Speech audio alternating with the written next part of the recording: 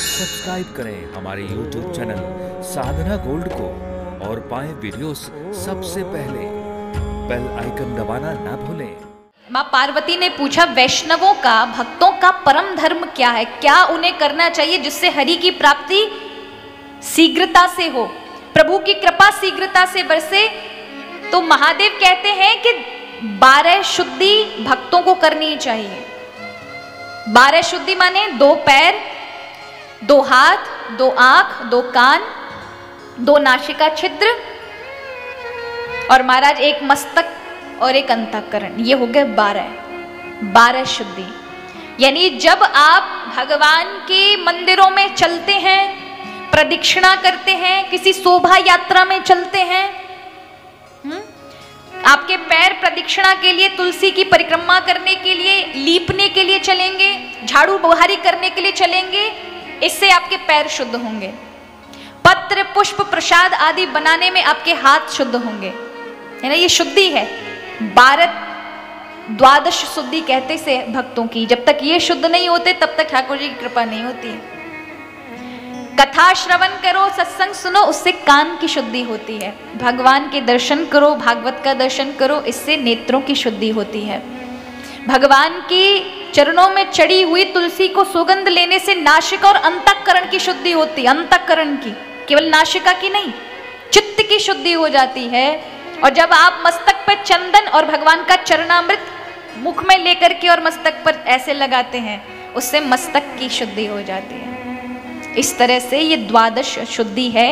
और 5 प्रकार की पूजा पद्धति बताई गई है। यानी पूजा पद्धति के लिए अभिगमन, उपादान, योग, स्वाध्याय और इज्जा, ये 5 तरह की पूजा है।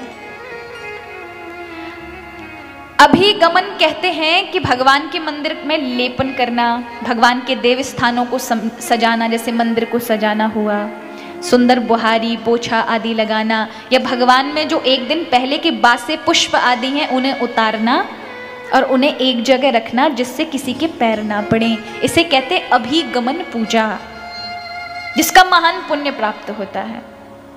एक होती है उपादान, जिसमें आप अपने हाथों से संग्रह करते हैं वस्तुओं का। भगवान के लिए चंदन इकट्ठा करना, भगवान के पात्रों को मांजना, भगवान के जो सुंदर सुंदर बर्तन होते हैं, पूजा घर के पात्र, उनको मांजना, उनकी साफ सफाई रखना, पुष्प पत्र आदि निकालना, ये सभी उपादान सेवा में आते हैं। योग सेवा में अपने इष्ट में और अपने में भिन्नता ना समझना, यानी ये समझना कि मेरी आत्मा ही मेरे नारायण है, मेरे गोविंद से मैं अलग नहीं हूँ, मेरे गोविंद मुझे कभी छोड़कर नहीं जाते, वो हमेशा मेरे साथ रहते हैं, उनमें और मुझ में कोई भिन्नता नहीं है, मैं उन्हीं का अंश हूँ, इसलिए उन्हीं में जाके लगूंगा। इस तरह का ध्यान अपने हृदय में बिठाना, इसी को योग कहते हैं। इसे कहते हैं योग पूजा। एक होती है स्वाध्याय, यानी जिस मंत्र का आप जाप कर रहे हैं उस मंत्र का अर्थ सहित आपको पता होना चाहिए कि आप इस मंत्र का अर्थ क्या है, तब आप जाप करें। अभ्यास करें, शास्त्रों का अभ्यास कर रहे हैं, शास्त्र आदि पढ़ रहे हैं तो सोच समझ कर, किसी स्तोत्र का पाठ कर रहे हैं तो मूलतः उसे समझ कर, पढ़ करके अच्छे स्पष्ट रूप से पढ़ा जाए।